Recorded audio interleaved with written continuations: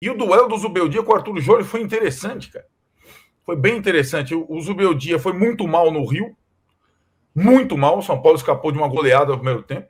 E aí, depois, no segundo tempo, ele deu uma ajeitada. No Morumbi, eu não posso dizer nem que ele foi mal. Se o volante dele entregou um gol com 10 minutos de jogo, já tem uma alteração no plano.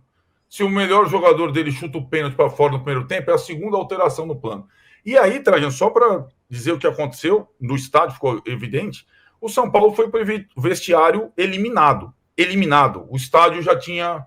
A partir do momento que o Lucas chuta o pênalti para fora, estava eliminado. O Botafogo, que teve chance de fazer um segundo gol no primeiro tempo, ele só bastaria dar uma estocada no São Paulo para todo mundo ir embora para casa. Mas não. Aí o Arthur Jorge começou a trocar os pés pelas mãos. Ele troca um zagueiro, ele troca um zagueiro por no cartão amarelo. O zagueiro que entra mal demais, e nessa substituição ele inverte a posição do outro zagueiro. A zaga do Botafogo estava perfeita e permite o que o centroavante do São Paulo sabe fazer de melhor, que é o jogo aéreo. Quando ele permite o jogo aéreo, ele está correndo risco. E mais, aí aos 20 minutos, ele faz a substituição que chama o São Paulo de vez, tira o atacante, coloca o Tietê e se recusa a tentar o segundo gol e matar o jogo. E a partir do momento que o jogo vai ficando vivo, você tem 60 mil a favor e vai botando bola na área, o Danilo viu essa história. O Arthur Jorge fez a mesma coisa no Allianz Parque contra o Palmeiras, com 3-0 no agregado. Lá, eu vou até entender. Você está 3-0, você fala, pô, o adversário não tem mais força. E olha, se aquela bola não bate na mão, não bate do Gustavo Gomes, ia para os pênaltis também.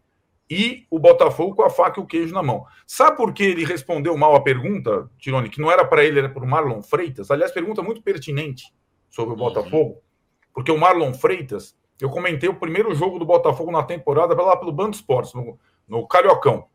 A torcida do Botafogo tinha faixa contra o Marlon Freitas, xingava o Marlon Freitas antes, durante e depois do jogo. Hoje o Marlon Freitas é capitão desse timaço que o Botafogo tem. A pergunta foi, como é que você conseguiu dar a volta por cima depois do que aconteceu ano passado? E o cara não deixou ele responder. Sabe por que ele estava nervoso? Porque ele trabalhou mal. E ele se classificou mais por sorte que por juiz, porque pênalti não é mérito do treinador, não, velho. Pênalti quem bate é jogador. Só queria fazer um adendo, que eu estou falando muito no programa de hoje. Eu acho que você está sendo injusto com o Arthur Jorge. Você esqueceu de falar que o melhor jogador do time, ou mais perigoso, se machucou e foi substituído. O Luiz Henrique, que é o grande jogador do ataque... Ele não se machucou. Então ele foi parar no hospital depois do jogo. Ele se esfalfou, ele se desgastou, né? Mas, ou seja, o Botafogo perdeu o seu melhor atacante mais perigoso. Mas ele é substituído em todo jogo, porque ele não aguenta os 90 minutos do jeito que o Botafogo joga. Ele é substituído praticamente em todas as partidas. Aliás, o Botafogo praticamente não está aguentando, né, Arnaldo? A verdade é que nos últimos 4 jogos, o Botafogo, depois dos 60 minutos, morreu. Contra o Palmeiras as 2 vezes, contra o São Paulo as 2 vezes. Isso, aliás, até contra o Corinthians no Brasileiro, né? Até contra o Corinthians no Brasileiro no segundo tempo. Isso está perceptível. Agora, né, o time... ele pode trocar e manter a postura agressiva, porque ele tem atacantes no banco, ou trocar e chamar o adversário para o campo dele. Foi o que aconteceu. E o Botafogo, o time, ver o Botafogo jogar é uma delícia. Até o momento em que o Botafogo desiste de jogar. Isso acontece algumas vezes. E é um risco. Eu acho que seria sensacional o Botafogo ganhar o Brasileiro e a Libertadores. Mas ele vai ter que trabalhar um pouquinho melhor durante o jogo dele. Senão não passa nem em um e nem no outro. Juca, deixa eu só retomar aqui com o Flamengo também, porque afinal também o Flamengo foi eliminado ontem, e a gente pode até juntar as duas coisas, as duas eliminações, mas com relação ao trabalho do Tite, enfim, o trabalho da diretoria e o que o Flamengo fez. O fato é que, não sei qual é a opinião de vocês, mas a minha aconteça o que acontecer, se o Flamengo for campeão da Copa do Brasil, já vai ser uma temporada menor do que o rubro-negro imaginava. Veja bem, bom dia, boa tarde e boa noite. São muitas questões, né? Muitas questões, Juca. Muitas questões. Comecemos pela sua enquete. Para mim, quem tem mais condição de ganhar um torneio internacional é o único favorito desses 4 candidatos, é o Botafogo. É o Botafogo. Corinthians não é favorito contra o Racing, o Cruzeiro não é favorito contra o Lanús, embora haja uma diferença abissal de grandeza entre os dois clubes, mas o segundo jogo é na província de Buenos Aires, em Lanús, né? E o Atlético Mineiro não é favorito contra o River Plate, também o segundo jogo no Monumental de Nunes, que além do mais está previsto para ser o palco da finalíssima. Imagine se o River Plate vai deixar escapar essa possibilidade, com a simpatia, obviamente, da Conmebol para que o River Plate possa fazer essa grande festa. O Botafogo é melhor que o Peñarol, embora vá jogar o segundo jogo em Montevidéu, é melhor que o Peñarol, e é muito difícil você imaginar que o Peñarol vai conseguir no Newton Santos repetir o que fez no Maracanã, embora seja um time aguerrido em busca de não tomar gols, né? Coisa que o Flamengo não foi capaz de fazer. Aí entra o Tite. De tudo, o que eu não entendi, de fato, foi ele não pôr o Alcaraz em campo. Eu rigorosamente não entendi. Depois da estreia desse menino contra o Corinthians, né? Tá, ok, acabou expulso, uma pena.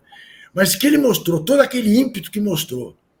Por que ontem ele não entrou? Eu não consigo entender. Plata me parece um jogador extremamente voluntarioso, mas não muito inteligente em matéria de entendimento do jogo. Me parece um cara tão confuso como voluntarioso. Quero ver mais. Quero ver mais. Agora, ninguém perde o Pedro impunemente, ninguém perde o Luiz Araújo, que vinha jogando muito bem impunemente, e lembremos, ninguém perde o Cebolinha, que o Tite recuperou. O Cebolinha não estava fazendo nada no Flamengo, quem recuperou o Cebolinha foi o Tite. Para mim é muito claro o seguinte, o Tite e o Flamengo não deu match, né? Não deu.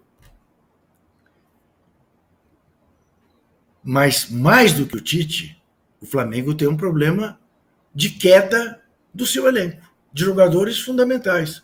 Claro, o Bruno Henrique é longe de ser o que já foi. Gabigol nem se fala. Dom Arrascaeta parece um jogador em fim de carreira.